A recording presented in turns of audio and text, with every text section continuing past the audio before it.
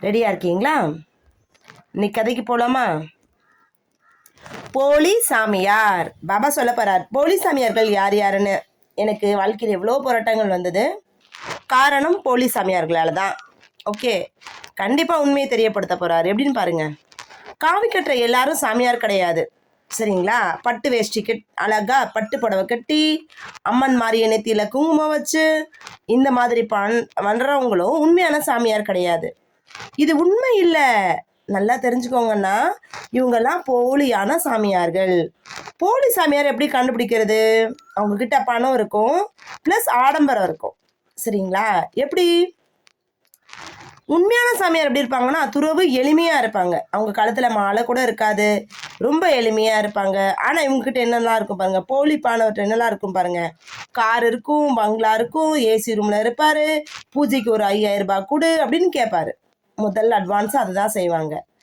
அடுத்து ரெண்டாவது பார்த்தீங்கன்னா, பயமுறுத்தி பணம் பறிப்பாங்க. தோஷம் இருக்கு, 1 லட்சம் கொடு, பரிகாரம் பண்ணுறேன், உன் குடும்பத்துக்கு ஆபத்து, என் காலில் விழு அப்படின்னு சொல்லுவாங்க. இறைவன் பேரை சொல்லி பயமுறுத்துறது போலித்தனம், சரிங்களா? மூணாவது பார்த்தீங்க அப்படின்னா, 5 புலன்களையும் விடாமல் அனுபவிக்கிறது. ஓகே, உண்மையான சாமியார் என்ன பண்ணுவாங்கன்னா, 5 புலன்களையும் அடக்குவாங்க. போலியானவர் நல்ல சாப்பாடு, பொண்ணு, புகழ், பணம் எல்லாம் தேடுவார். இன்னைக்கு மெய்யான சாமியார்கள் இருக்காங்களான்னு பாருங்க. நானே என்னை உணர்றேன்.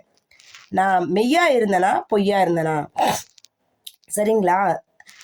அதாவது நம்மளுடைய 5 சென்ஸையும் கட்டுப்படுத்த தெரிஞ்சவன் உண்மையான சாமியார். அந்த 5 புலன்களை ஒன்று கூட அடக்க தெரியாதவன் சாமியாரா இருக்க முடியாதுல்ல, சரிங்களா? அப்போ நீங்க பார்க்குற சாமியார் உண்மையா மெய்யான்னு பாருங்க. அடுத்து சொல்லுவான், மந்திரம் மாயம் கட்டுறேன்னு சொல்றது, சின்ன சின்ன ட்ரிக்ஸ் எல்லாம் வச்சு நான் அதிசயம் பண்றேன்னு சொல்லி மக்களை ஏமாத்துறது. ஓகேவா? உண்மையான சாமியோட அடையாளம் என்ன தெரியுமா? திருவள்ளுவர் சொன்ன மாதிரி, மனத்துக்கண் மாசில நாதல் அனைத்தரன் நாகுலுன்னு இறப்பிற. மனசுல அழுக்கு இல்லாம இருக்கிறது தாங்க அறம். அமைதியா கத்த மாட்டாரு, கோவப்பட மாட்டாரு, ரொம்ப அமைதியா இருப்பாரு உண்மையான சாமியார். சேவை, பணம் கேட்காம உதவி பண்ணுவாரு. ஞானம், பயமுறுத்த மாட்டாரு, தெளிவு தருவாரு. எளிமை, நான் தான் பெரிய ஆளுன்னு சொல்ல மாட்டாரு. தாலி கட்டி ஏமாத்தாத, கடவுள் பேர சொல்லி வியாபாரம் பண்ணாத, உண்மைக்கு ஒரு நாள் வெளிச்சம் வரும், பொய்க்கு என்றும் மரியாதை இல்லை இல்லை. ஐம்புலனை அடக்கினவன் தானே சாமி, ஆசையை வளர்க்கிறவன் போலி சாமி. சரி, நம்ம எப்படி கண்டுபிடிக்கிறது இந்த போலி சாமியார? விசாரி, அவர் எந்த மடம், குரு யாரு கேளுங்க. அதுக்கும் பொய்யாத்தான் சொல்லுவான். ஆனா விசாரிக்கணும் நீங்க. பணம் கேட்டா யோசி, கோவில் உண்டியல் கூட கட்டாயம் இல்லை. உள்ளுணர்வா கேளு, மனசு சரியில்லைன்னு சொன்னா விலகிடு. சிவன் கதை பார்த்தீங்கன்னா, மன்மதனை எரிச்சாரு, அதே மாதிரி நம்ம ஆசையும் போலித்தனத்தையும் எரிச்சாதான் உண்மை தெரியும். புரியுதுங்களா?